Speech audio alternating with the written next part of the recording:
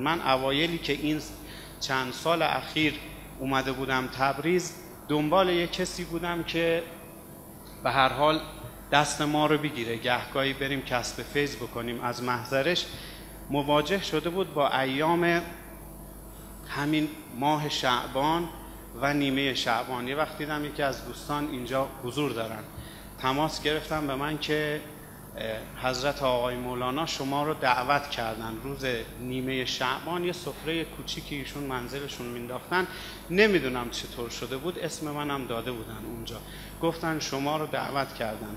من با کمال میل، این افتخار بزرگی بود نصیبم میشد، منتها شناختم نسبت به ساحت مقدسه ایشون کم بود.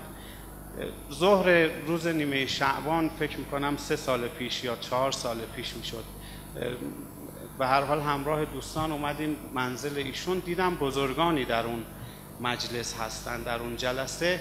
به هر حال ما هم طفیلی شده بودیم، یه طوری قرعه خورده بود به ناممون تو اون جمع، یه سفره جمع و جوری بود.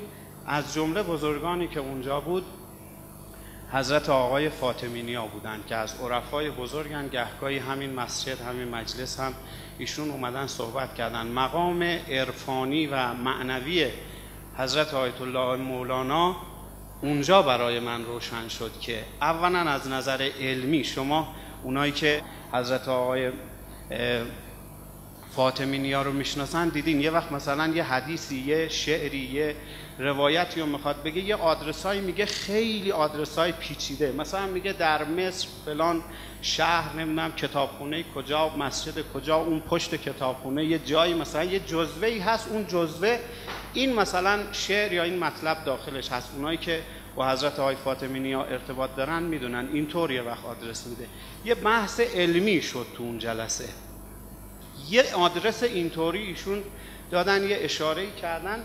من یه وقت دیدم اون خط اول رو که خوندن حضرت آقای مولانا با این کهولت سن، با این عرض کنم بالاخره سن 80 90 اینها، این چیزا، یه وقت دیدم شروع کردن اون جزوه رو از حفظ خوندن، از حفظ.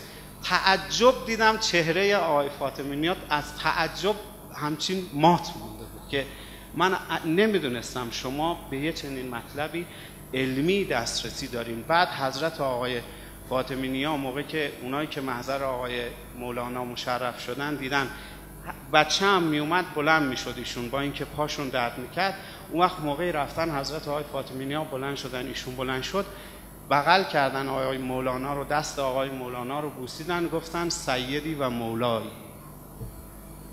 یه چنین شخصیت پربرکتی بانی این جلسه بوده که شما امروز تشریف آوردید اینجا و الحمدلله هر سال برکت این جلسه بیشتر میشه. امروز دست ما خالی از ساحت مقدس ایشون، ولی مزار پربرکت ایشون، خاندان با عزت ایشون در این شهر هستن، مبادا یه وقت فراموش بشن این بزرگان.